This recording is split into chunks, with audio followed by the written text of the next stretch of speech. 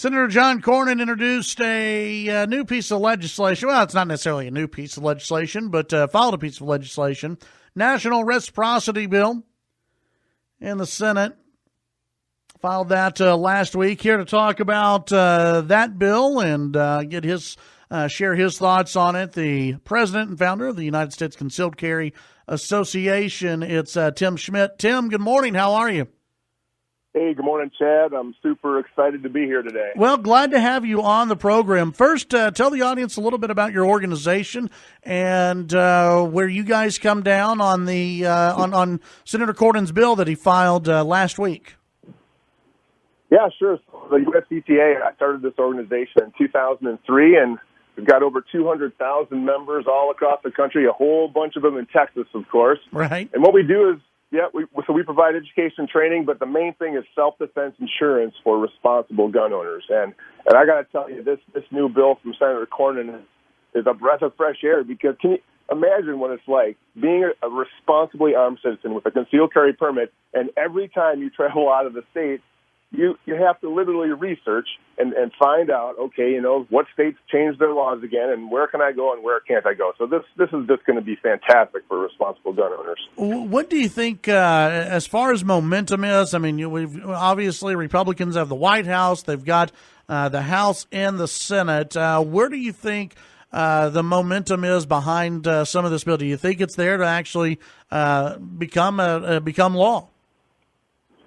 I think so. I think there's going to be, I believe the Senate bill is going to require 8 Democrats to get behind it. And so that, in general, typically Democrats don't like stuff like this. But I think that they've learned even over the last 8 years that man, in the United States, you don't mess with gun control, because, the more gun control you sponsor, the more upset your constituents get. So I really think that this is going to happen, especially when you look at this, Chad, and just realize how much sense it makes. I mean, we're talking about these are the most the entire country, and yeah, it makes sense.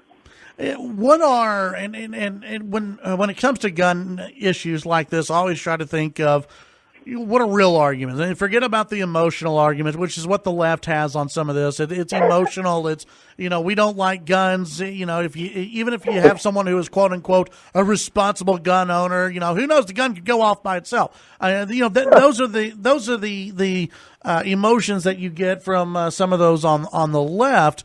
But where do some of these states come down? Because I know there are some states that do allow their citizens to get a license, but they may not recognize Texas, or they may not recognize Oklahoma. They may not recognize some of these other states. Is it an issue of the tests that are done? What's the problem there?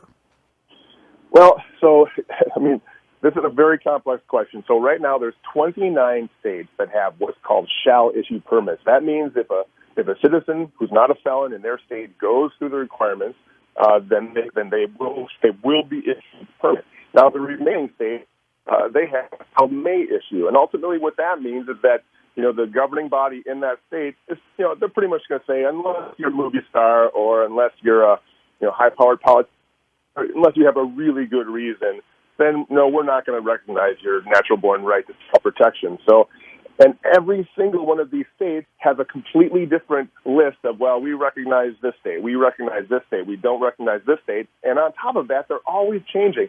And so to your point about the difference of the test, that's another point. Every single state has different requirements, but quite frankly, every single state has different requirements for driver's licenses, and there's no problem with that. Right. The only thing, and I was talking about this with my producer before we came on the air, and again, I try to look at what's the next step, especially when it comes to legislation like this. Where can the federal government screw people over? And the only thing that I can think of that and I don't know if y'all have given any thought to this or not, could this lead at some point to a national concealed carry license, or something where the federal government comes in, because Democrats would probably love to do this one day, where the left comes in and says, okay, we're going to have this, but we need to have one type of test. We need to know who's registered. We need to know all of this. Does it centralize it too much, or is that something that people aren't too worried about?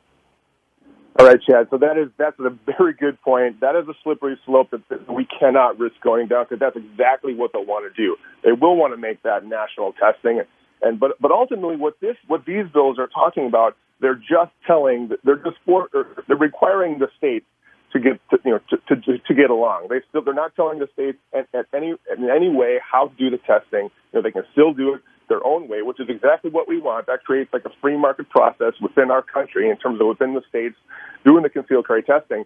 But your point's very valid, but I don't believe that these bills are taking a step down that slippery slope. Yeah, I hope not. I hope it's just one of those things. Again, when I look at gun issues like this, I don't buy into the emotional stuff. It's just you always have to worry about the federal government when it comes to the Second Amendment, in my opinion, and hopefully they won't go down that road if this bill actually makes its way. Which again, you got to get some Democrats on board in the Senate, and that's going to be tricky to do.